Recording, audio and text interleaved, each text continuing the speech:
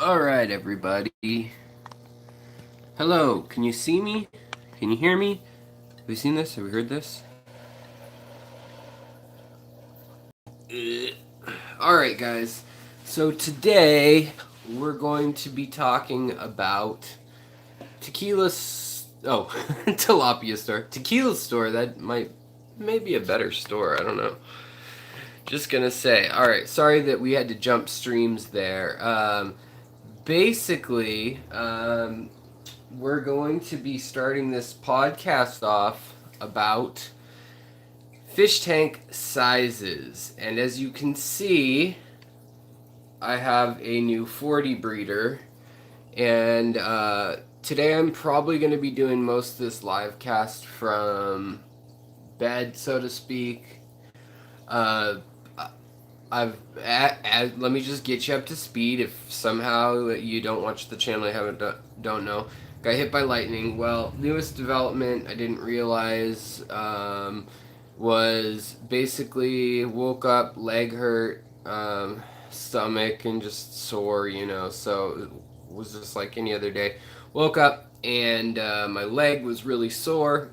Turns out that I had an abscess because the lightning went through my body, cooked parts of my internal body, and that has now died in the 2 to 3 weeks since and has gotten infected. And so I'm on all sorts of antibiotic stuff and anti-inflammatories and yada yada yada.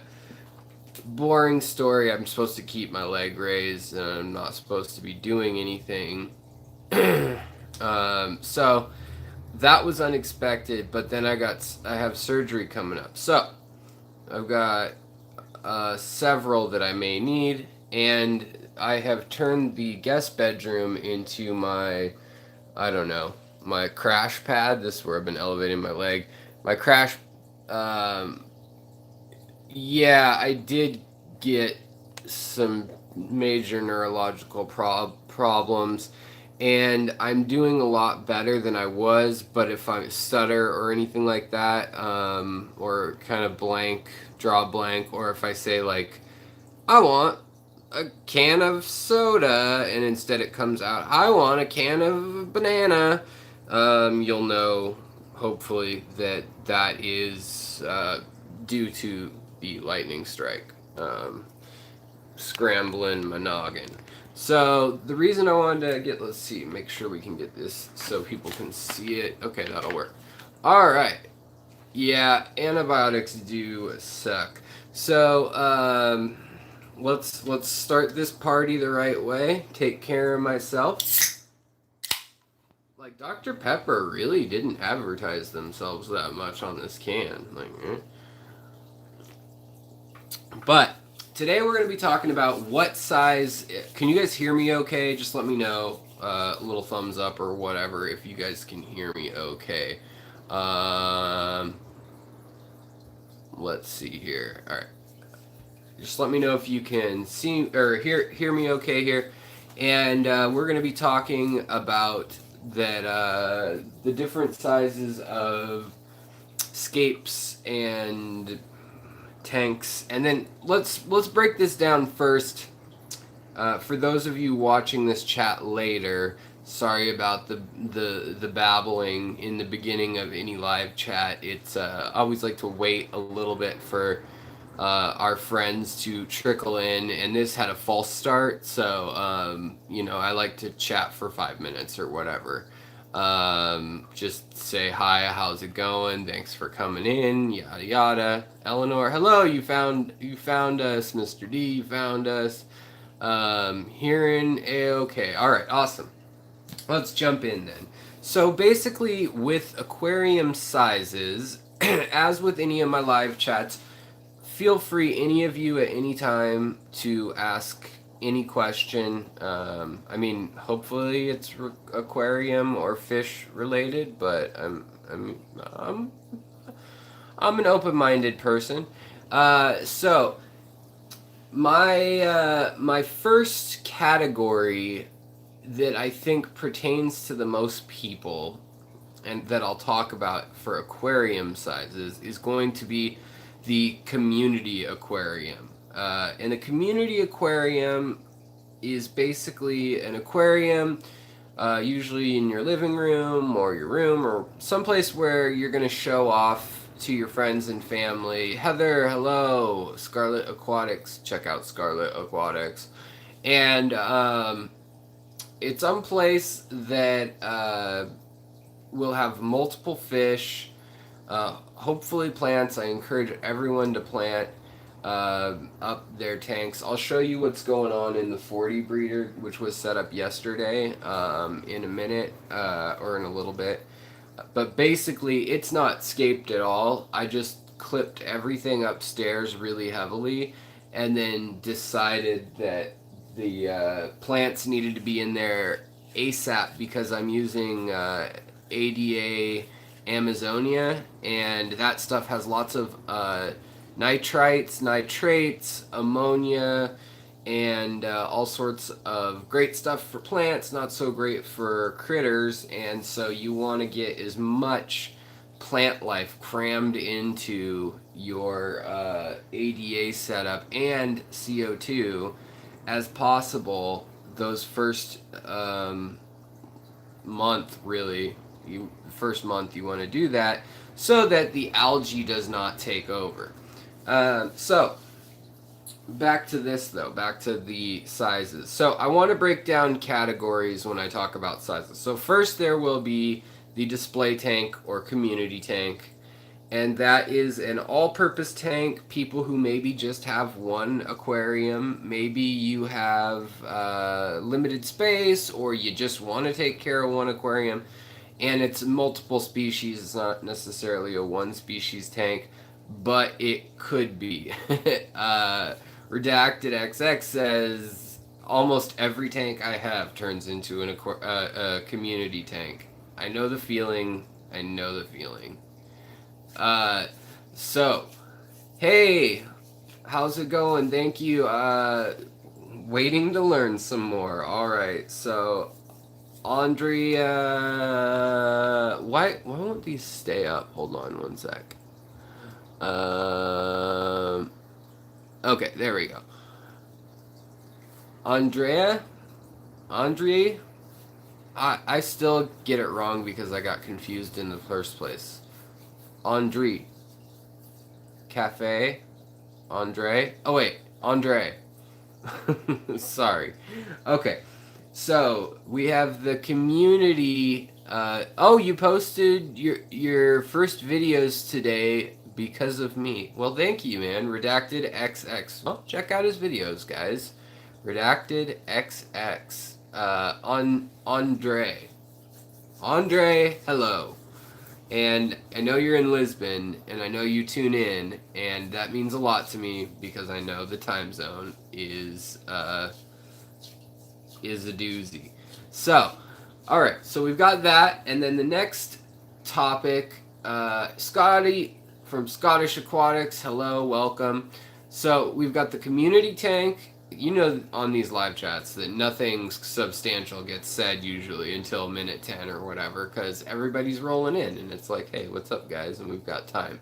But so we've got the community tank where everybody's swimming around, and I think there's variations of that. I'll touch on that in a minute. You could have a one species community tank. Most frequently you see that with goldfish, but I've seen, arowanas, I've seen tetras, like amber tetras in kind of the iwagumi, which means mostly rock or rock influenced landscape, like a Japanese style tank where it's rock and then you see like grassy stuff growing. That's an iwagumi. Pea puffers, yep, Scottish Aquatics says that. By the way, check out Scottish Aquatics on YouTube also. He's a buddy of mine, lives here in the Northwest, and yeah, also a fellow YouTuber. So basically I think that'll be the most common one. Then next I want to talk about Nano, because I think Nano is soon becoming and may be even bigger than community if you count all the betas that are out there. as well as little office desk tanks, and even just like plastic kid setups with like the castle and like the stuff that like true hobbyists will laugh at. To me, I'm trying not to laugh at anything. If you want your glowfish and your neon blacklight color reactive rocks, do it to it, but I prefer natural looking scapes and critters. So Nano will be the next category of what size of nano should I get and who's going in it, that sort of thing.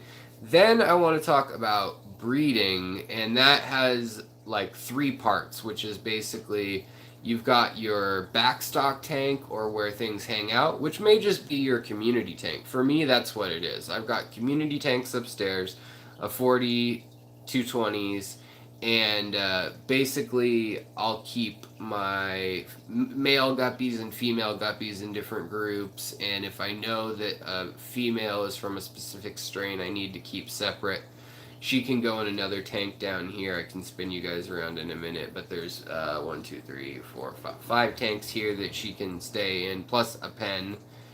You can always get the little breeder pens. Hold on, I'll show you one.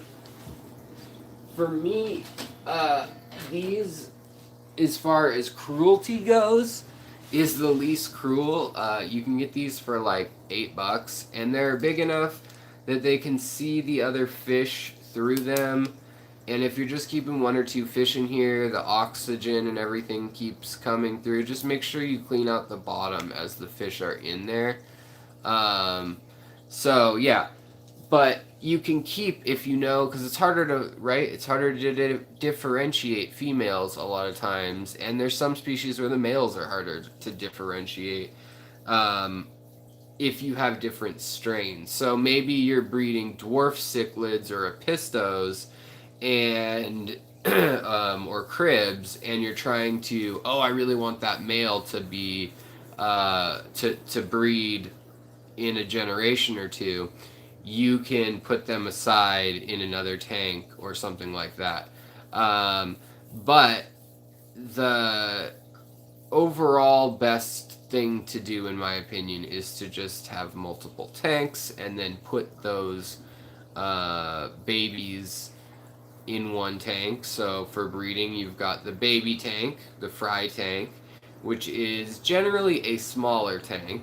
And then you've got the bigger tank, which is the grow out tank, and that is where you will have your medium all the way to adult size creatures. Now if you're going real professional with this, or you want big scale make money kind of thing with this, then you're going to have 2 grow out tanks, hopefully, and as soon as they reach sexual maturity, you put the males in one, the females in another. So you've got, let's go over that again with a breeding situation. You've got the fry tank, the mating chamber or mating tank, and then you've got the grow out tank, and then your general population or wherever they hang out, when it's a big circle. You put them back in when they're done. So that potentially takes up the most room, but you can also colony breed. And with colony breeding, you can do that right in your community tank, and it's fun trying to figure out spring pods and isotails. Hello, Patricia. Hello. It's fun to see how many species you can get spawning in one tank. In my 40 upstairs, at one point, I had cory. It's a 40 bow front, and a lot of this has to do with how you set up the tank. And so that's another important thing when we're talking about what size tank do I need. Probably the most important thing once you've got yourself a tank is how you set it up. So if you have yourself a species that's aggressive, maybe you need lots of long valsinaria grass or wisteria and rocks and logs in the way, so they're not always seeing each other and attacking and fighting, and they can each kind of hide. Or maybe they need caves. But remember, whenever you put, you know, a 20-pound rock into your tank, you're displacing water. That's less gallons in the tank. Put that into consideration. As for breeding discus, I have not thought about breeding discus quite yet. Scott asks, what nano fish do I have? What nano fish don't I have? A lot. So let's see. Jeff Rose, hello. So I've got right now my favorite fish, and I'll scoot out of the way and show you something real quick because it's going on right behind me. You see this bowl right here? This is Danios. Can we get it to focus? There we go. This is Fire Danios, and there's 3 of them in here. One really fat female, and they're at about 74 degrees, just room temperature. It's a nice day. And they have some moss in there and some marbles. This thing is about 2 gallons when you fill it all the way. It's just like a bowl for flowers or whatever, maybe for a punch. And then I put glass marbles in it, the type you put in like a flower vase or something. And they do their thing. They have their happy time with each other. And then they are egg scatterers, so they scatter their eggs, but they are notorious for eating their babies, and so you need something to protect the babies, and so a spawning mop isn't going to cut it. They're going to eat whatever's in the spawning mop, and so you lay down marbles, and the eggs fall between the marbles. They can't eat them, and you've got a couple day delay between when the eggs are laid and when they hatch.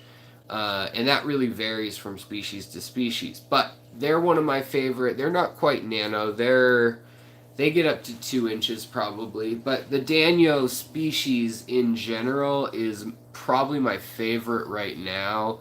I would say that male endlers are definitely a nano species that I really love. Shrimp are nano species. Any sort of Neocaridina or caridina shrimp, definitely great nano species. Blood tetras, neon tetras, whether that's black neon tetras are pushing it, but rocket killies or clown killies, those are great. I'm just looking over at my tanks right now. I can why don't we flip you around real quick when we talk about how big of a tank do they need, and I'll point out, we'll just do some like this one uses a whatever. So down here we've got, this is a 5-gallon tank. This is a 10, and this is a 20 long.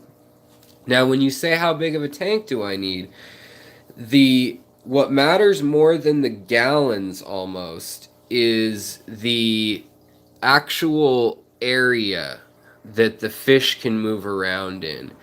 And in here, I've got this set up for breeding, and a net fell in. But I've got, whenever I see, like, the corys are chilling right now because I put some egg yolk in, and they ate that until they're in a food coma, all chilling out on that rock right there. These are Julii corridoras. They're a great choice for small fish tanks. I'd say they're kind of nano. Let's try to get the light to work on this one. I stole the light off of it for the 40-gallon. Hold on, let's get it going. But I would say that most of the live bears you can do in a nano tank. This might just not work. But you can see really washed out red ruby tetras back there. You can see Endler's live bears all over in here. Question, in your experience, have you seen platty's fish eat their babies? Have you ever seen them breeding within a year of birth? Yes and yes. With every fish, especially live bears, I've seen them eat their young immediately. I've seen mothers have a baby. Now, there's something gross and odd going on here. She has something not so good coming out of her. I don't know what it is. It's white. Odd. I'll have to keep an eye on her. But she was just pregnant, so hopefully it's some sort of like egg yolk or failed baby or something like that.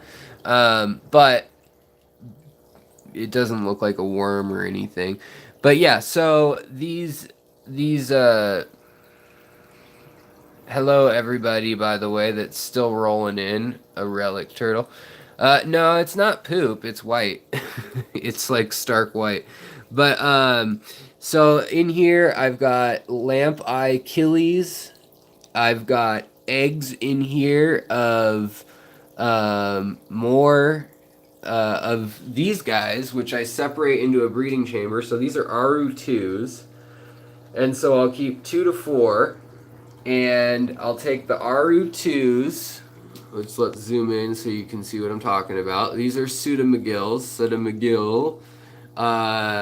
They're kind of cool looking. They're also known as blue eyes. And I'll put those in a mini tank. This is a little section of a 20-gallon that is maybe 4 to 5 gallons. And I section this off different ways.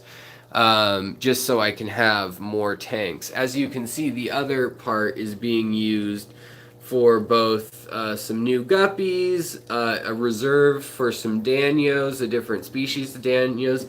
These are tin winnie danios, which are similar to gold gold ring danios, but they're silver instead of the gold color, mostly with some red in their fins when they're happy. These ones are a little stressed right now.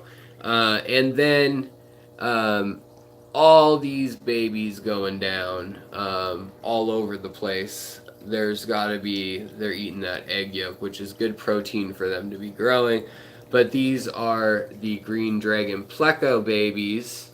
So, yeah, the green dragon pleco is under here probably. Unless it moved, because these guys kind of moved. But I do not.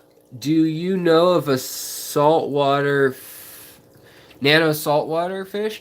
Oh yeah, there are lots. There's a store in Seattle called The Fish Store. Really clever name, but it's been around forever. There's the big old green dragon papa that all those babies came from. The mama is in here somewhere. She likes to hang out in here. But I just wanted to point out that between these two breeder tanks, these two 20 longs, if you want to breed in a tight area, that's what I'm all about. So we've got one species in here. We've got the RU2 eggs, which are incubating basically. And I picked them out of the spawning wop. There's one here that should hatch tonight or tomorrow, and another one the same back there. And then, yeah, this pleco is over 6 inches. It is a big, big pleco. The female is like 3.5 inches, maybe 4. But so we've got those. We've got the live bears, which will breed pretty much all the time everywhere. These happen to be leopard endlers, and then you can see back there with the blue eye, those are lamp eye killifish. And so those didn't get eaten. What I did was I put them, when they were very young, down into my shrimp chamber. And so this can easily be 5 gallons. And I've just got my shrimp down here. There's some blue dreams, and then there are crystal shrimp in here. Crystal reds is mostly what's in here. So basically for shrimp, let's talk about a rule of thumb for tanks for shrimp. Shrimp, you can literally put in a 1-gallon tank. You can. They have almost no bio load, and they're really not picky. They'll eat just whatever's in there, and temperature is one of the main things. Temperature and really nitrates and ammonia. So if you don't have fish in with them, you can put them in very small places. Like I've seen them in cocktail glasses for like a period of a week. Also, here's some mating behavior, you know, just the mating dance going on between, these are my B-string rainbow endlers. Some are tiger, some are leopard. It just comes out different depending on them, but these ones aren't the ones that I'm working heavily in any case. If you put them in a 1 gallon, how much water change is needed? I would get a turkey baster if I had shrimp in a 1 gallon, and I would literally just take a turkey baster thing and take out 10% or 20% a week and then put them in there. But I would definitely put a lot of plants in a 1 gallon, like whether that's anubias or whether that's frogbit or something that floats on top of the water, so that you keep that oxygen rate up and you've got a little buffer. Because no matter good saltwater small nano fish. So yes, Monte Carlo, that works. That's another plant that will work well. As for a small saltwater fish, I am not a saltwater guy. I just was gonna say that I've seen a ton of small saltwater aquariums actually with shrimp. Like they're usually 5 gallons is the smallest I've seen those usually, and they usually do like coral and like a damsel of some sort or a little goby type thing, and then a you know maybe 2 harlequin shrimp or something like that, something along that line. The other cool thing I just wanted to point out while it's happening is that every live bear tail style, I'm sorry about this reflection, guys, is different. And so they all mate using it in a different way. Like they all display, can we get rid of this glare? There we go.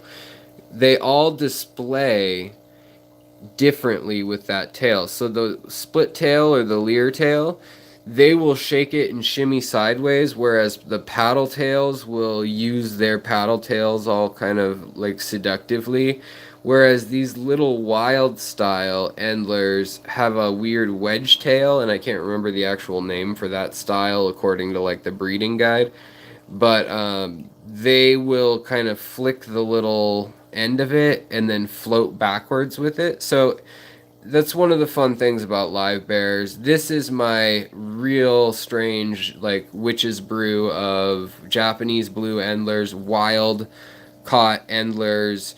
Don't worry, the wild caught endlers were male, so they mated with female Japanese blue endlers, and then the males are upstairs. Their bloodline remains pure. If anybody's worried that I'm mixing fish, nobody's going to think that these are original because they're all in a different tank. But yeah, so obviously, the male endlers, look, they all come to my hand. They think they're getting food, but the male endlers are a great nano fish. They're a great small tank fish. Norman's lampi killies, Battis, those are another good small tank fish. Snails are helpful in a small tank, but you don't want a ton to build up because they make waste, believe it or not, too. They eat a lot of waste, but yeah. So, alright, let me read this real quick. Thanks, good to know. Right now I have a 10-gallon setup with 6 different corals and a clownfish, a blenny that's been running for over a year besides 10 other tanks and 2 turtles and a cat. Well, that's a full load, but it sounds like you got it balanced, so you might be able to add one more little thing in there if you wanted. Maybe another, like a harlequin shrimp or something like that. Mosquito fish, okay to use for nano. I think you can. This is why I carefully worded the title, which is which tank should I use? Because a lot of things are possible. I've seen people successfully put 200 swordtails or mollies or platties, like literally just solid fish in a 20 breeder. But they're doing 200% water changes a day. So they're doing 2 water changes of the entire tank throughout the day. So every 2 hours, maybe like 50% or what, that math's not right, but something like that. And maybe they have under gravel filters, and so really the question is like, how much water do you want to be changing? And you can keep a fish alive. Now, what you should do though, is basically what kind of fish is it? So socially, these guys are okay packed in tight. They go through dry seasons and they get really tight. Now, guppies and most live bearers, if you feed them the same amount of food, they will produce into a certain point and then they kind of just stop producing. And that's kind of all you're going to get. And down here, same deal. I give both tanks the same amount of food, and up top, they're leveling out at what they're going to produce because they're at that end peak. I still have some empty tanks if you're interested. I have 210s and 29. Well, thanks, man. I think I'm done with tanks for a while, just for the wife and just because I can't take care of them with my health. My favorite live bear platty fish 4th generation started last month. Well, congrats, Relic Turtle. So that's the real question to ask yourself with any fish is it going to be comfortable? I like my fish to be semi-comfortable and to feel like they have hiding places, to feel like there's food and there's lots of different little options of where they can go. This has a hang off the back, and the hang off the back also has a sponge on it, and there's biomedia in the back of the filter, plus filter floss. I threw out both the cartridges that came with this, and I have an oversized, this is for like a 40-gallon air, sponge filter. So I've totally hot rodded these tanks, like double filter, a sponge filter in here, a hang off the back that's for a 30-gallon, and actually I just have this is the sponge that should be going on the intake, but it's about to come over here, and this is the one I haven't showed you yet, but see how this is set up?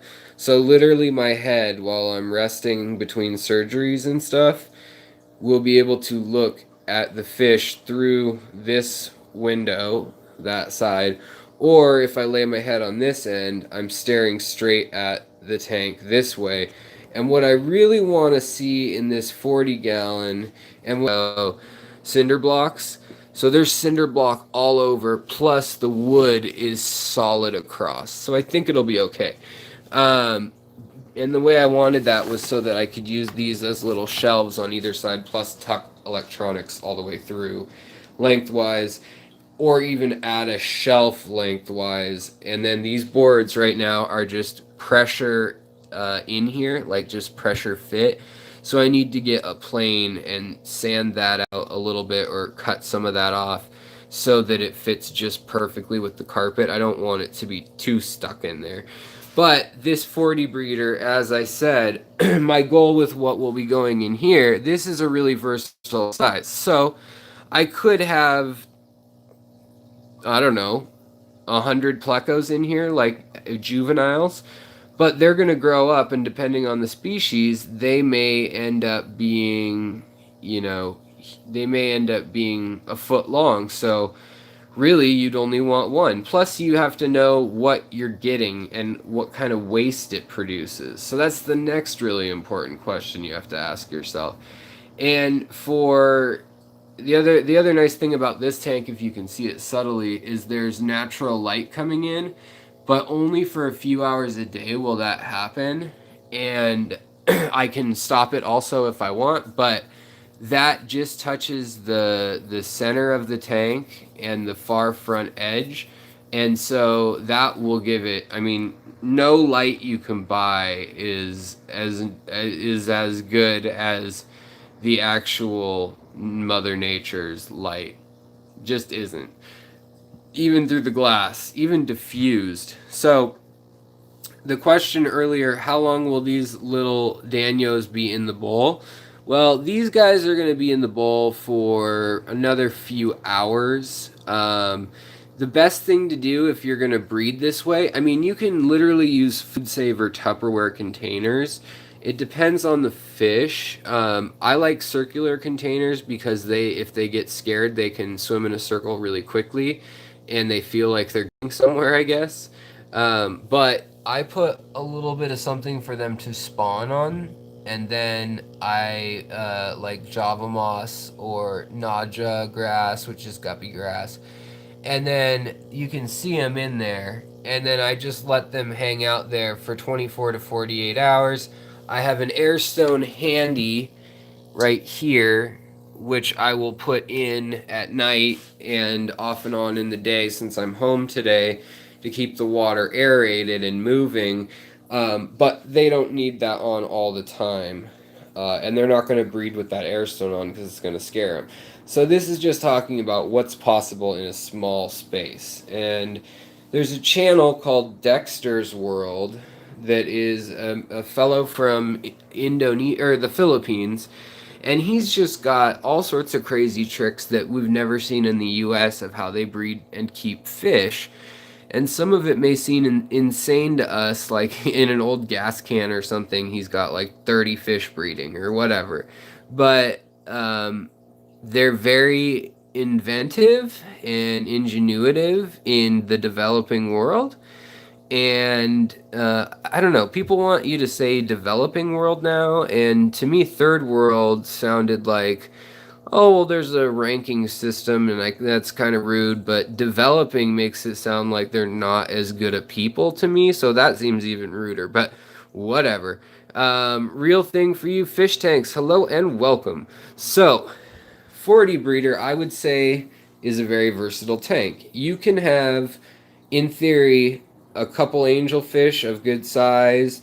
You could have a big pleco of some size, because here's the key: is you've got depth for it to turn around. And with most tanks, like the 20 breeder, like the 20 gallon tank, this is only a foot deep. So to turn around, the fish is folded in half if it's of any size. And so even though you can hot rod your filter and keep the water clean by doing a lot of water changes or an auto water change system, the fish is going to get nervous and pace or not even be able to pace. And that's a big... that is the gentleman who breeds the bettas in the 16-ounce soda bottles. Yes, and actually he keeps them in like these little teeny bags too. Like he doesn't always do that, but... yeah, I mean, it's something to behold. I'm not going to comment on the morality of how he keeps his fish, but I'm just going to comment on, check it out in the sense of what is possible and how people do things in some countries where they don't have access to, like, Petco or anything like that. Like, he makes his own tanks. Everyone's, like, bringing, like, grocery bags and jars and stuff to buy their fish. The fish are all tied in knots made out of, like, one bag will be three different bettas in there, and you can buy like a trio, then they're all in one bag that we have here, and where we'd put one in each bag. But yeah, it's impressive how healthy his fish are. Yeah, for sure. So yeah, but I just wanted to show you, between these two tanks, I've got the bristlenose green dragon pleco. They're breeding, and their babies are up here. I'm using this as a grow out. Now, this gets dirty quick, even as they're approaching an inch long. Yes, and message I get from him and from Alexander is consistency, and I must agree. Yeah. Yeah, so basically, you can do a lot of things to your fish, I should say, when you ease them into it.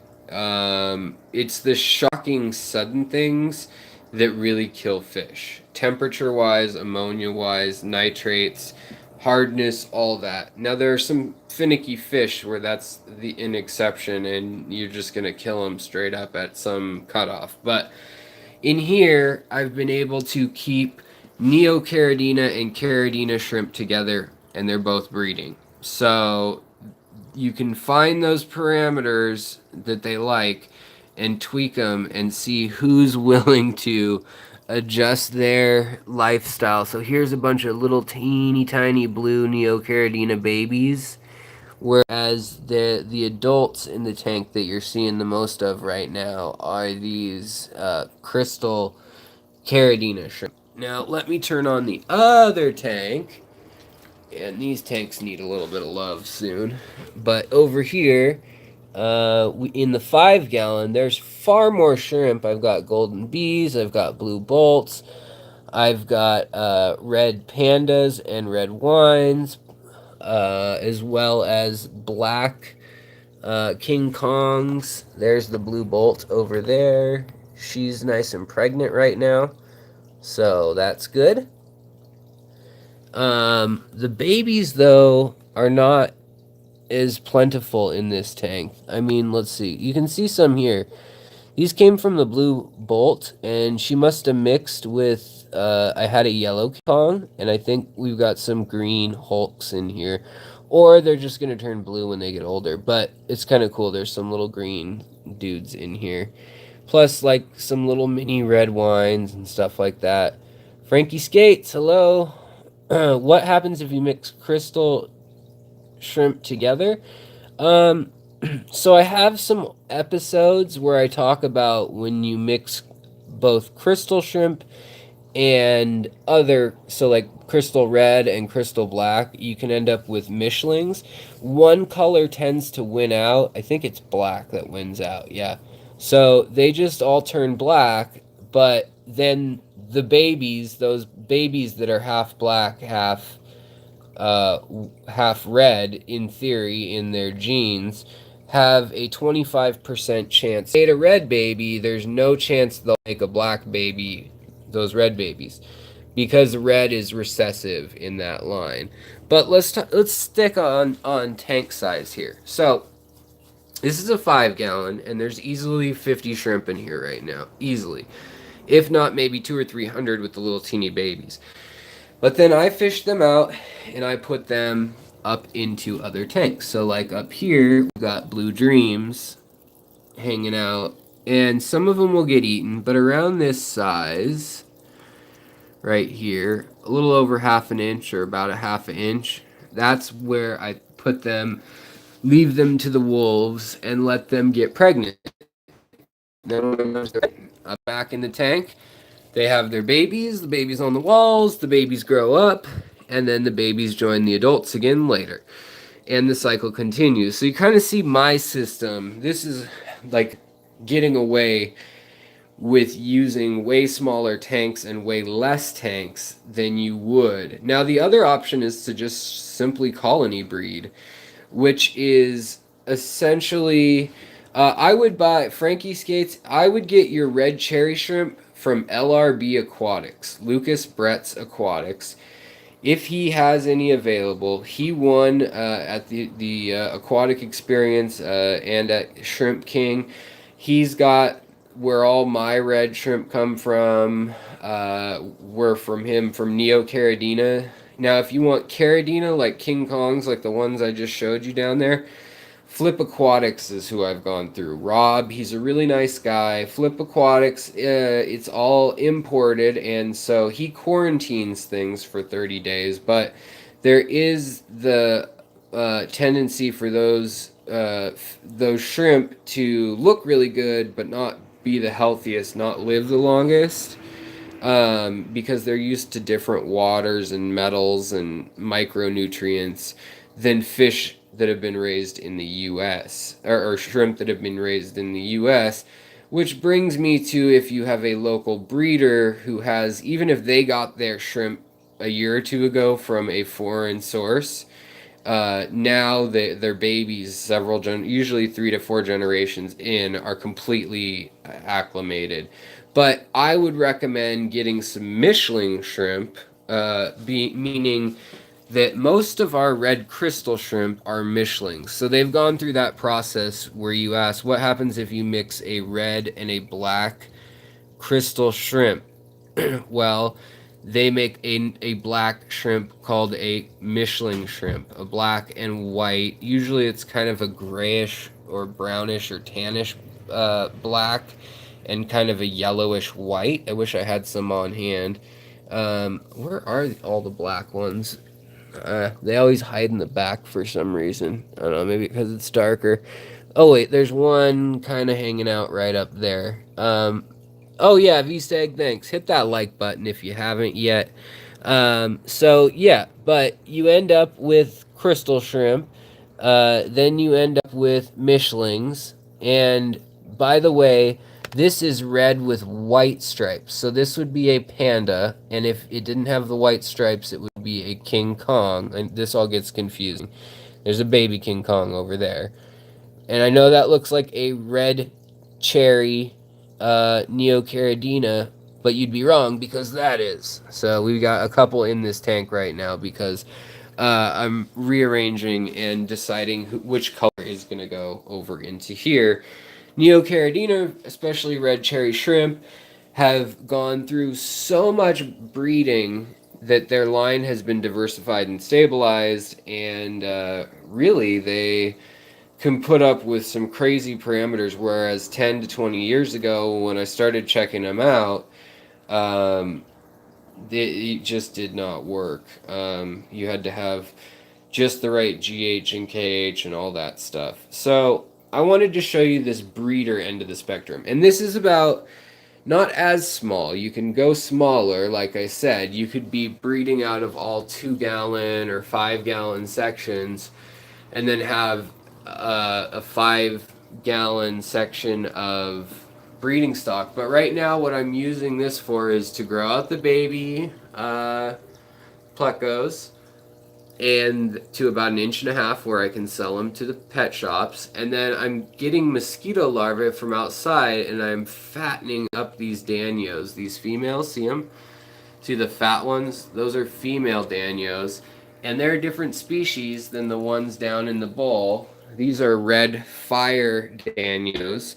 And they are going to be, the ones down there are about 2 inches, whereas I would say Kyath danios, tin winnie, and then gold ring danios, which tin winnie, gold ring are kind of the same thing. One's silver, one's gold, but they look the same otherwise. They are only about 1.25 inches. So they work in a nano tank, but you definitely want a group. So another thing that you want to take into consideration when you're doing, like, you don't want to have a fish like rainbow fish that need lots of room to swim and they dart around and they'll bash their face on the tank. Siamese algae eaters do that too, unfortunately. Let's take a walk upstairs so I can show you more tank sizes and styles. Let's see here. Can you use a small breeding box on a shrimp tank and raise babies till you can put them in a small box? Well, shrimp are not going to eat their babies, so I always breed baby shrimp with each other. But if you've got fish in with your shrimp, that's where, yes, you can use a little breeder box. I've done that plenty of times. I've used something as simple as this with an air stone in it that is the air volume's turned way down, and then just give them green water at first or something and a catappa leaf. Like, you can go really small. This tank is 17 gallons, ADA setup. Pardon me, guys. And this is a you've got the Galaxy Rasboras, also known as Celestial Pearl Danios, their correct name. And so this is approaching the density level of colony breeding. And once you get all the moss and you get root systems where the fish can't penetrate down in here, you'll start to breed fish that you weren't expecting to be in there. That you wouldn't expect to survive normally, because the babies, the parents just can't get at them to eat them. And same with the eggs. The egg scattering adults just can't get there. And now you'll see I have a pleco here.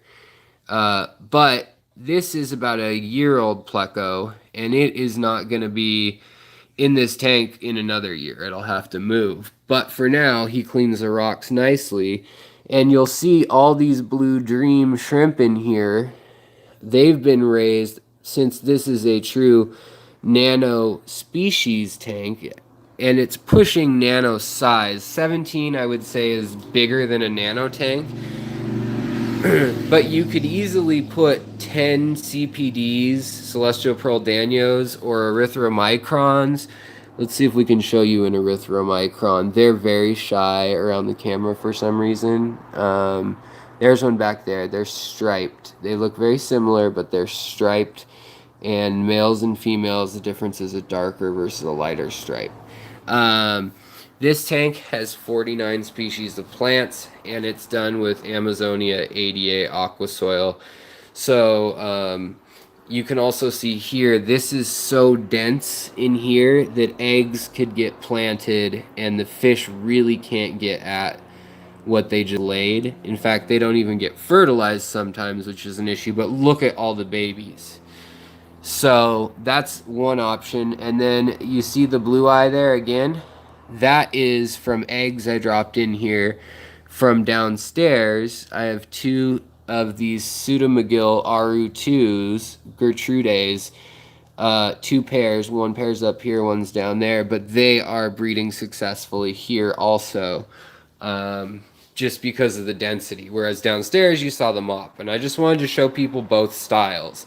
So one requires 2 tanks, one requires 1 tank and a lot of plants, and fewer survive in theory. But you only need 1 tank. Downside, you can't have a lot of species in the tank or anything much bigger. You can get away with autosynclus, you can get away with plecos sometimes, although plecos will still eat eggs. But for the most part, they're fine. You can have some snails. If you there's snails in this tank, but for some reason in these really densely nature heavy planted tanks, the snail level seems to level off a lot better than in other tanks where it's sparsely planted. I don't know why that is. That's just what I've noticed. But yeah, these babies have great color. These were raised, this line, by Lucas Bretz. And they are slightly translucent, and then just a deep, true blue, beautiful color. Love them. But yeah, so this would be nano fish, and actually there's another back here. It's a L3. Vex Cat, thanks for stopping by. I appreciate it. Oh, your tooth is killing you? I'm sorry, that sucks. I know what that's like. I've got 15 teeth that are sore right now. I'm so sorry. Tooth pain can be the worst. Like, honestly, right now my teeth are hurting, but not real, like, not that like abscess or really bad, sharp tooth pain that's like an ice pick or headache. But tooth pain is just awful. I'm so sorry. Man, yeah, that sucks. Have a great night. I was going to say, don't forget to like, subscribe, you guys, if you're digging this and you're not subscribed. But moreover, too, if you like what I'm doing, please share the channel. Find a video you think's cool for a friend that you think would dig it. And from there, you can share it. Also, if you want to support the channel, because I will be undergoing a lot of debt for when I got hit by lightning, broke 15 teeth out of my head, and also, well, I'll show you my leg for the first time. So my leg is all swollen. I don't know if you can tell, versus, so like this is this leg versus a normal leg. The angle, so like lined up with the knee, this is all swollen out, and that's because when the lightning came through, it cooked everything down to the shin and the bone, and they're gonna have to actually go in here where it's shiny. I don't know if can you see how shiny that is, where it's stretched, and this hurts like a mother, like I can barely walk on it. They're gonna cut this open, and then they may have to graft skin from my thigh. I don't know. I don't want to talk about it. But the money from Patreon or from Super Chats all goes towards the channel and the upkeep of the critters, unless you state otherwise, like go buy a cheeseburger. Then I'm probably going to go buy a cheeseburger with it. This is a community tank in the truest sense. I keep many fish here. We've got rainbow fish, little rainbow fish. We've got algae eaters. We've got black neon tetras. All the Andre, take care. We've got rummy nose tetras. We've got neon blue tetras. Lots of plants. Orange-eyed lemon tetras, amber tetras. We got tetras for days. Plus we got cribs in here. I mean, all sorts of stuff. Japanese blue. These are the ones I like from downstairs. And a weird oddball that turned albino from blue and ended up orange. I think that's what happened, like a melatonistic. It's not a bottle of urine. That's vinegar eels, by the way.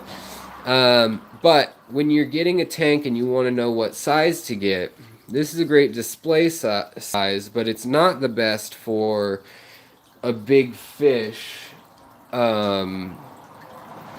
growing up like for life in it necessarily. It's good for a lot of small to medium sized fish, but always buy the tank if you can or have the tank for the fish as an adult rather than the baby you bought. And like, I keep this tank with a lot of fish. Like they say an inch per gallon. That's crap. Don't listen to that. It's all about what you do with your tank. So if your tank is full of plants and has a filter for a 100-gallon tank on the back that hangs down this far, that you've loaded up with biomedia, and there's also a biomedia bag down there, biomedia under these rocks, there's a sponge filter there that's collecting beneficial bacteria and plants, you can keep at least double that as long as the fish are getting along.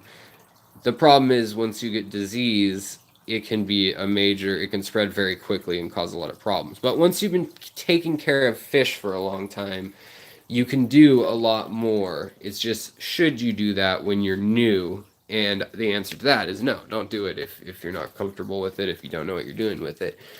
Over here, this is where the other Danios, so this is what the Danios in the bowl look like. Hold still. Of course, they're the lamest ones because I didn't pick them to breed. But they're orange with a purple glare in certain lights. Let's see. Can you see the orange at all, guys? But this is a 20 tall instead of a 20 long. What I was going to say about this is the 20, and there's some baby endlers in there that are all this guy's babies. And so these guys, I just let them have babies. From Lucas Bretz is where I got this guy. He's one of the kings of his colony. But I have a decent number of babies in here now, and he's got his harem of females. So he's got 1, 2, 3, 4, 5, 6, 7, 8 adult females in there with him. And so any baby in here is going to be his. And as soon as they reach the size where I can see if they're male or female, I split them up accordingly. They go downstairs, they get sold, whatever it may be. But nobody comes into this tank, female or male, that isn't for sure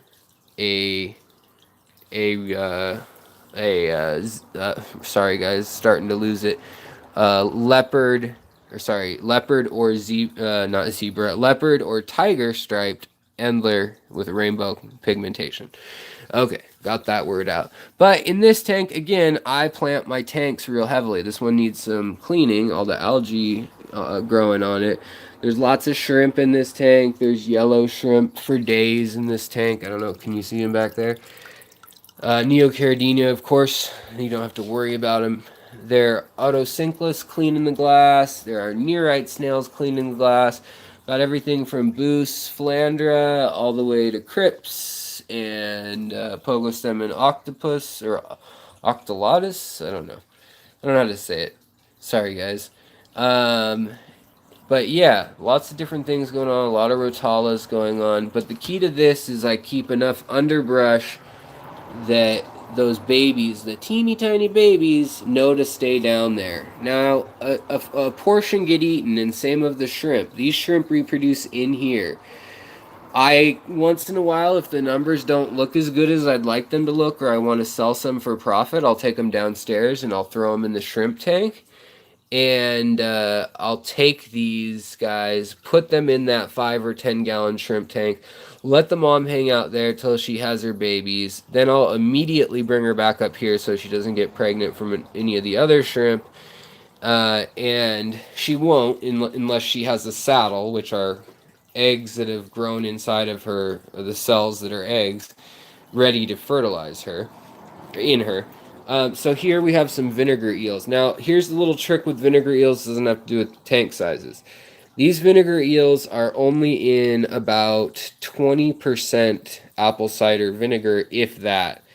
And they're still growing. They only grow at half the density, but there's still a good amount of there. Yes, I have heard of Melissa Albany Aquatics. What's up? So what I do is I water down my vinegar eels. I keep the mother culture over by the other tank, and then I'll spill some out like this into a cap. And instead of going through the whole process of using a coffee filter and doing all the things to get that acidity out, it will be absorbed into the system if I just do a couple drips of it. But the babies will hunt down those vinegar eels for the next hour or two and get nice and fat really quick. And that vinegar doesn't seem to harm anybody in the amounts that I'm putting it in, which is very small. Now here's one of those yellow shrimp. That's from Lucas Brett's also. She's giving a... Oh, okay. She's doing a giveaway. Melissa Albany is doing a giveaway of plants and shrimp. Good to know. Check it out. Guys, zebra and leopard danios are the same species. Well, kind of. It depends on where you are in the world. So, those danios over there, those are chain danios from India, the flame ones. Whereas zebra danios are a different species. There are 192 species of danios that we know right now. These are both danios, technically. The erythromicron and the Margatus and Celestio. Margatus Celestia. They will not. Good question, Eleanor. The erythromicron and the CPDs, Celestial Pearl Danios, they can interbreed. They make babies that cannot have more babies. I'm not releasing them into the wild or selling the mixes or anything, and so I'm not worried about it in the least. But some people are concerned, and it should be noted that they can have babies. And yes, a lot of danios can have babies, but there are a lot of species of danios. But in the UK and Germany, they call like leopard danios and zebra danios, like different places they call different danios different things. Does that make sense? So I'm gonna feed them vinegar eels right now, and you can also drip it through the cotton filter to kind of get rid of some of the vinegar. But I don't fuss with that as long as it's just a little splash like that of the vinegar eels in the diluted vinegar. Now the strong vinegar, you're gonna put the pH off big time. But especially before a water change, you need to worry about the coffee filter. So now I'm fattening everyone up here. I've got some new platinum. These guys are platinum snake skin with red delta tail guppies. And she's already pregnant, and she's red. And I like that the females are red too. Like the males are like, boom, crazy flaming red tail. But my buddy brought me, Chase brought me the female, and she's super pregnant and super red. So I'm going to be excited to see the babies from that. Now these danios over here, These are tin Winnie Danios. Is a higher pH good for plants and fish? Lower pH tends to be better for plants, like around 6 to 6.5, but anything near neutral is usually pretty good. But a lot of like fluval stratum, fluval. Oh, by the way, you can keep cichlids easily in a 20 long, like dwarf cichlids. Here is my. She doesn't have a mate at this moment, but she raised a full 100 babies or whatever it was, 65 babies in here with her mate, with all these guys going on, and I just kept on the water changes. I don't have automated water changes. I do it with a bucket. And none of these tanks are CO2. Only the one upstairs is CO2. And this one will be CO2 shortly, hopefully, also. But in here, I want to know if anybody has any questions. Hold on, let me look through the chat again. Being a lurker around for some time, I love the Japanese blue guppies. Have a pair and their offspring. Awesome. Any suggestions for a cleanup crew on a 10 gallon from Frankie Skates? Yeah, I would, on a 10 gallon, I would put an auto sinkless in there. If you're having big problems with algae, certain types of algae, like stringy algae, or just fuzzy algae that's not blackbeard or diatom, then you can use, if you want to borrow a Siamese algae eater, you can for a month or two, but it's going to get too big and they're kind of aggressive and they kind of swim around fast. So it's not a good long-term fix. But if you're like, oh, I've got algae all over my 10 gallon. So let's look at a 10 gallon while we're talking about a 10 gallon. So in here, we definitely have room for snails. Now, I like Malaysian trumpet snails because they go into the dirt at night and they come out, and that stops things like sulfur bacteria that make sulfur gas from building up in here. Glad to see you're doing okay. Smash that like button. I am doing a lot better. Not just a lot of algae, just to keep it clean. Okay, so Frankie, I would recommend... Oh, Andrea, I know I made that sound like Andrea because I said, referring to the Danio, Frankie and Brachia Danio, the old ones. Oh, totally, yeah.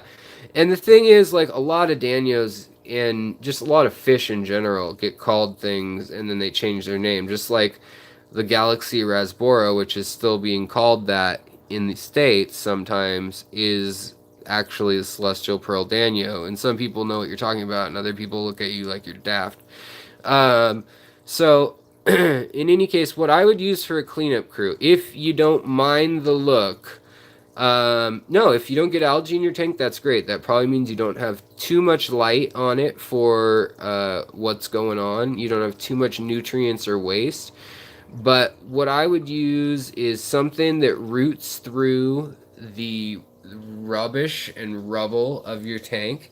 So snails are good for that. Shrimp are good for that. They're good at eating things that got missed by the other fish. Small corridoras, but they don't like being alone. So like 3 corridoras you could get away with. Some of the smaller species you could get away with, like 3 little albino Aeneas ones. Those work well. Or the Corridorus habrosus or pygmies. They're really cute. I really love them. I have some upstairs, but I'll never find them in the big tank. They look similar to this, though, but they're just really teeny tiny. Those or the pygmaeus, they're the smallest cory. They're not even an inch. They're like 3/4 of an inch. If you got 3 to 5 of them, that would be fine. If you're okay with doing more water changes, well, first I got to know what's in your tank already. But I would say you can easily put 15 inches of fish in a 10-gallon tank, no problem, as long as you've got good aeration and you're keeping up on your water changes, or you have a decent amount of plants. If your tank is planted like that, you can put as many damn fish in your tank as you want, with some limits. But it's going to eat up any waste within an hour, the ammonia and things.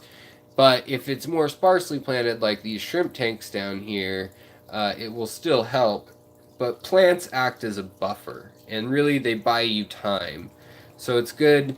Also, if you have duckweed or something like that growing on top for the small nano tanks, that's another great thing. Even though I'm sick of my duckweed, it does stabilize the ammonia and the nitrates. And for shrimp, that's what kills shrimp, is ammonia, nitrates, big temperature swings. It swings and stuff. And so I use that. I also use floating things like hornweed and kabamba and just various plants, wisteria, water sprite, all those things that I use. Ooh, these Java ferns look like they need some help. That means, see that how they died? They need a little bit of iron and they need some potassium. That's a classic potassium death with the yellow spotting like that, which you can get from bottled nutrients. I love cories also, Andre. I don't care. I don't really have many plants, but I'm looking to get some. Plants are great. You've got dwarf sag. Let's see here, and dwarf water lettuce. Well, the water lettuce that will help keep nitrates down and things like that. But I would get some. I mean, if you don't like plants, I would get, some anubias. They grow slow, but they are hardy and nothing's going to mess with them. Nothing's going to eat them other than like maybe a goldfish or a koi. James H, hello, welcome. Welcome aboard to the channel. I recommend if you have any sort of soil, which I'm guessing you don't in your tank, because it's not heavily planted. I like ADA Amazonia. I just put this in yesterday. Hey, Vinoksky. I just put this in yesterday. The ammonia is going to be way, way too high for most fish. That being said, there are 2 intrepid endlers in here, and they're doing okay. I'm watching their gills to see if they turn red. In that 17 upstairs, I put a whole bag of the ADA in there, and the this tank, which is 5 times more water, I put 2 bags, so it should be a lot more diluted. Plus, this is the light 88, and there's a boatload of plants already in here immediately. 3 planted tanks and no fish yet. That's a way to do it. I know. I mean, I like the plants. These aren't going to stay in this arrangement whatsoever. This is just here to eat the excess nitrogen and ammonia that is in this stuff, in the ADA soil. But yeah, rotala, there's a bunch of species of rotala in here. Ludwigia, rotala. This stuff, octopus plant as it's known, Pogostemon octopus or I'm sorry, I can't remember, guys. It grows like insanely. Like I've had it grow as much as 4 inches in a day. Hornwort or hornweed, I've had that grow as much as a couple inches in a day. Kabamba can grow, purple kabamba or Carolina kabamba can grow very quickly. Water wisteria can grow insanely quickly. So basically, if you've got ammonia in your water, you can get rid of it by taking water out and putting water without ammonia in, so lots of water changes, or with plants. And I choose plants. Hornwort dies quick on you, huh? Do you plant your hornwort or do you just float it? Because a lot of times you can burn your hornwort up top, and sometimes if you plant it in like a gravel that's loose enough for it to get nutrients, it'll be fine. This guy's trying to hatch. I'm gonna have to do my trick later. But what I wanted to say is that sorry guys, I'm getting really tired. When you're choosing your tank size, And this was kind of an open forum question. I feel like we could visit this topic again in from a lot of different angles. Angles. But when you've got a tank like this is 20 gallons. You saw the tank upstairs that was this big and 20 gallons, but this tall. Now, bacteria that keeps the water clean, that lives on surface area. This tank has way more surface area between the walls and the space than the taller tanks. So the taller tank you have, unless you have textured decorations or wood or something all through it with plants, or a giant sump hanging off with the filter, will not filter as well. So 20 gallons of water in this size tank will hold, I would venture to say, 40 to 50% more fish than 20 gallons in a 20 tall. Night, Patricia, you take care. And the same goes for like a 40 breeder versus some 75s. I mean, there's tanks that are this tall and they have 80 gallons or whatever, some weird custom ones.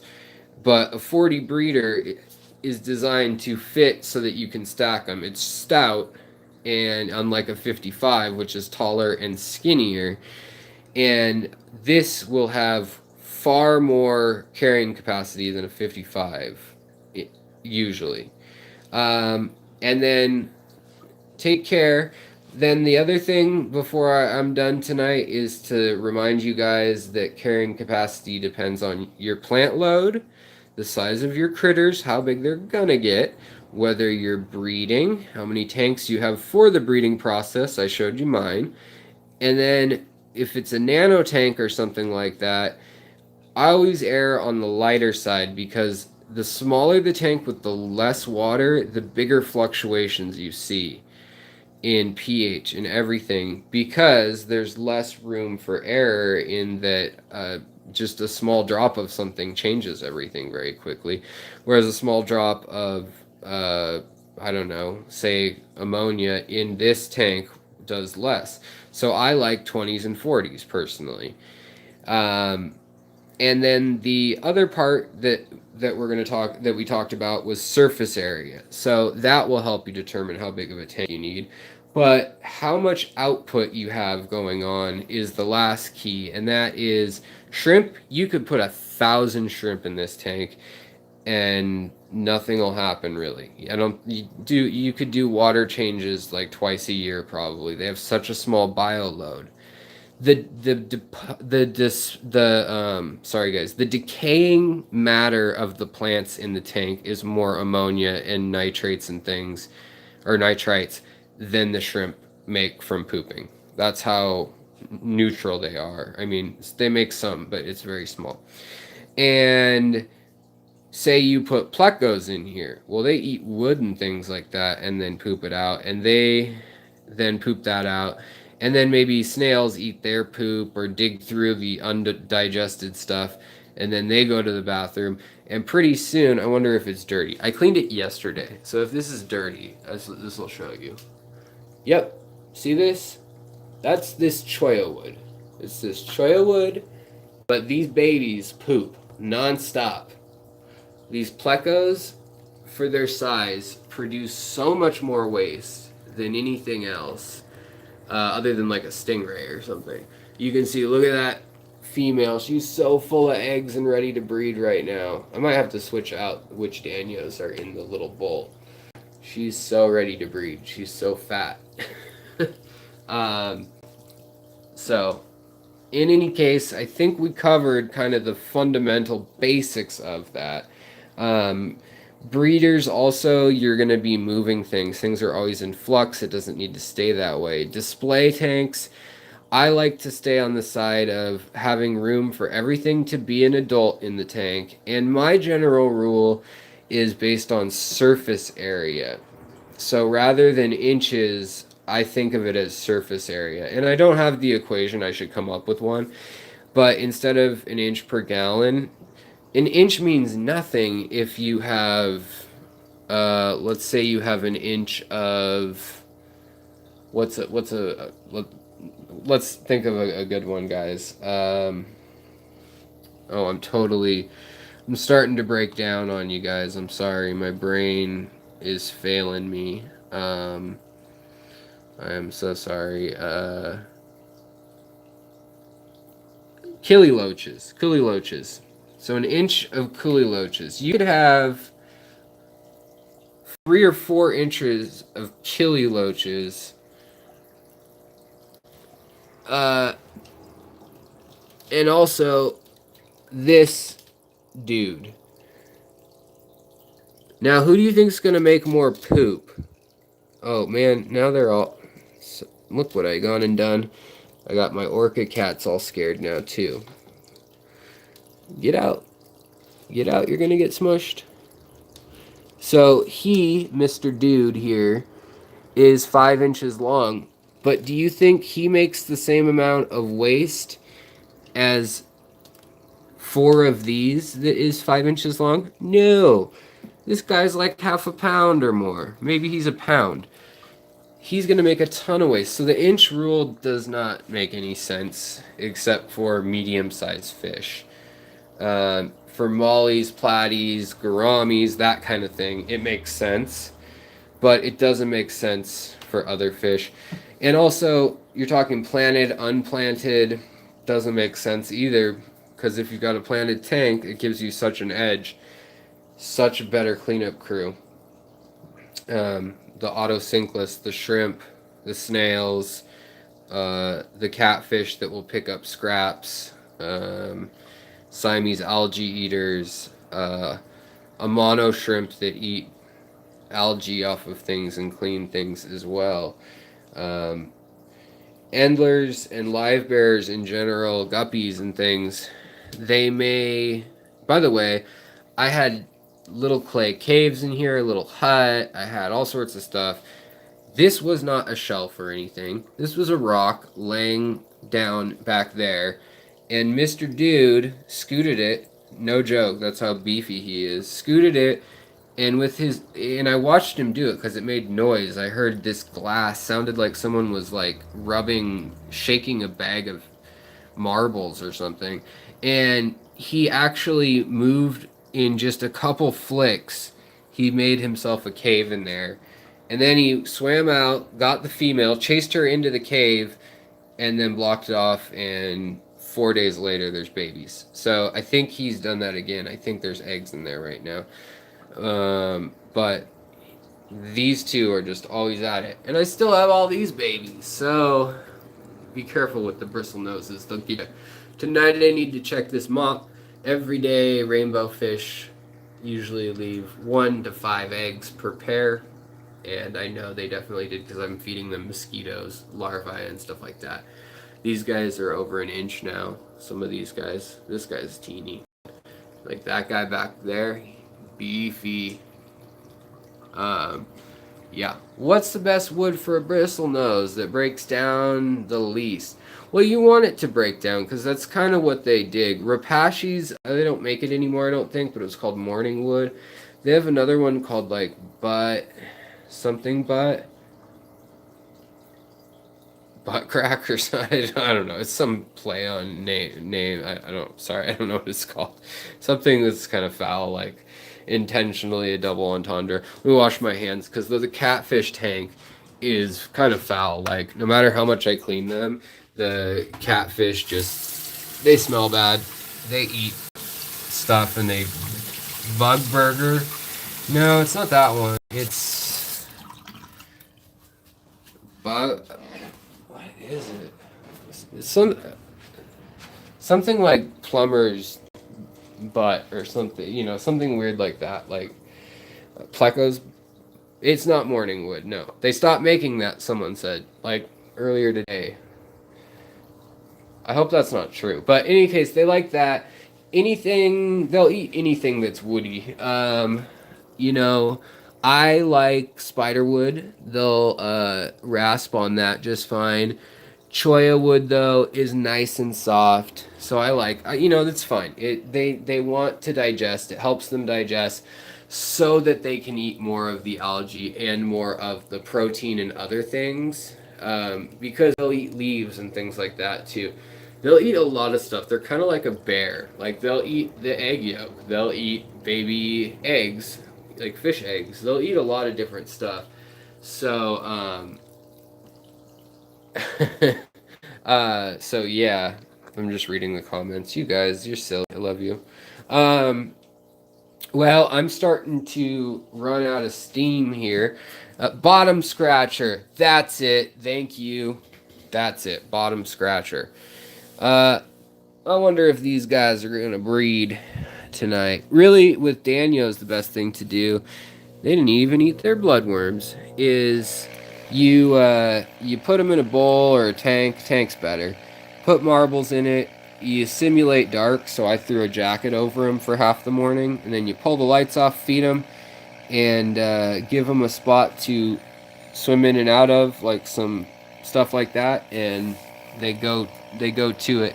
A little chilly for them. They like it a little warmer. 73 is a bit chilly for them. But I've seen them down to 65 in other tanks. But that could be, I don't know. We'll see. The thing is, you leave them in here for a day or two, and then you take them out. No harm, no foul, even if you didn't have an air pump, probably for that amount of time, especially since the water's clean that's in there. I do leave a little bit of tank water, a quarter in there for them. And then I pull them out of there, and then I just let it sit. I don't even oxygenate the water with the eggs in there. They should be fine. Nothing's consuming the oxygen without putting out more. The plants will put out more in the day.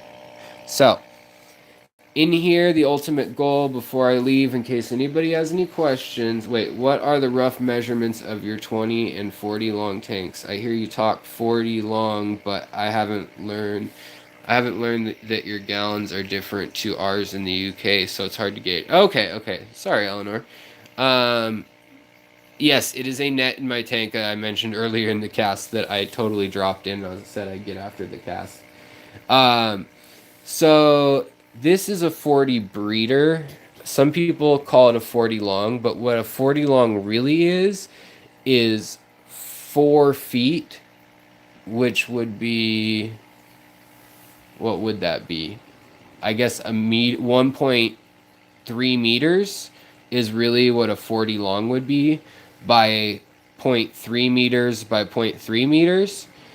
And then this is 1 meter 36 inches by 1/2 a meter by 1/2 a meter, essentially. About that, Eleanor. I think that the smaller size of the fish tank, the better. You get to see more of your fish and less of the glass and water and glass. That can be true. I mean, if you have angelfish or something, though, and you want something big or discus, then definitely see why you'd want a big one. What I want, though, is if you have too small of a tank, I mean, I'm very partial, too. I'm not one to talk, but I have 10 tanks that are 20 gallons, 10 gallons, or 5 gallons. And then 2 40s. But what I want to see is my nano fish. I still like that.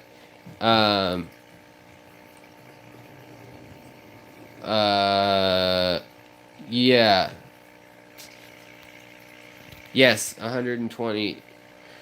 Sorry, I was doing it in meters because for some reason converting to centimeters is not working in my brain.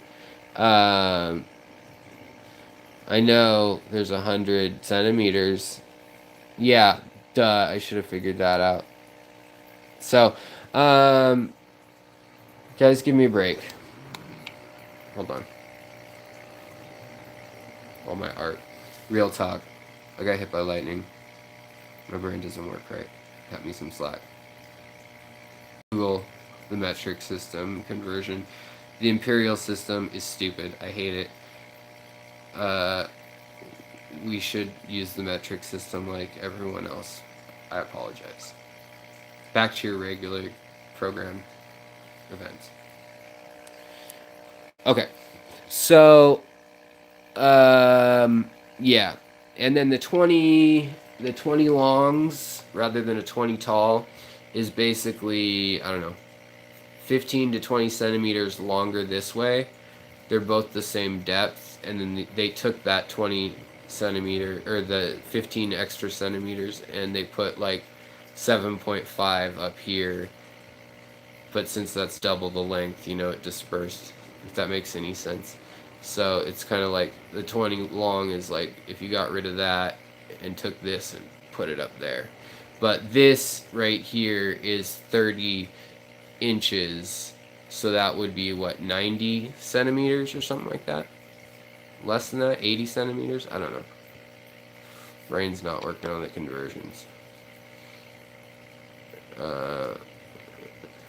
Alright, you guys. Well, I gotta sign off. I'm really fading. I'm real tired. I'm so sorry. But I held it together for this. As you can see, the infection. I have a septic infection from the abscesses of where the lightning burned. So, struggling a little bit. But I'm glad you guys are here. I've got a couple videos I made that I can put out in the coming days, but I want to get back to the history videos and things. I want to get feeling better. This may be where you guys see me for a while after my surgeries, spine surgeries and stuff. And then you'll be able to like check out this fish tank. But the goal of this fish tank is to totally, before my surgery, to hold on, flip this around, is to make this look like a bluff, like raise up the back edge like this thick, and then basically have a top layer, so it's like, if this makes sense, and plants here, and then a cliff with sticks coming out, and I need to clean that up. I'm not supposed to lift over 20 pounds, and I put this up yesterday. It was dumb. But in any case, the idea of this tank is I want it very well planted. I'm not gonna have time to do that before I start getting medical stuff done, probably. Like for instance, lancing this leg. As soon as it comes to the surface, they gotta cut it open and whatever. But I want to put like 50 Danios in there.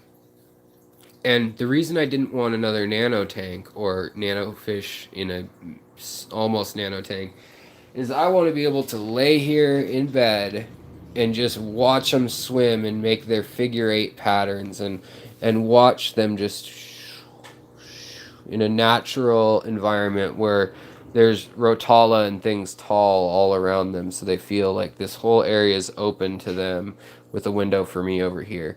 And I want to just feel like I'm in there with them and put some shrimp in there and some neorites, and it's been very therapeutic. I get very, very frustrated and down with the health stuff going on lately. And nature, plants, fish, the sound of water is all very soothing. If it weren't for my incredible wife and family and my hobby of fish keeping right now, I don't know what I would be doing, or if I would be here, honestly, with how frustrated I've been at certain points. So on that note, you guys keep your chins up, keep smiling, take care of yourself so you can take care of someone you love and the critters you love. And as always, swim on and have a great night. Take care, you guys.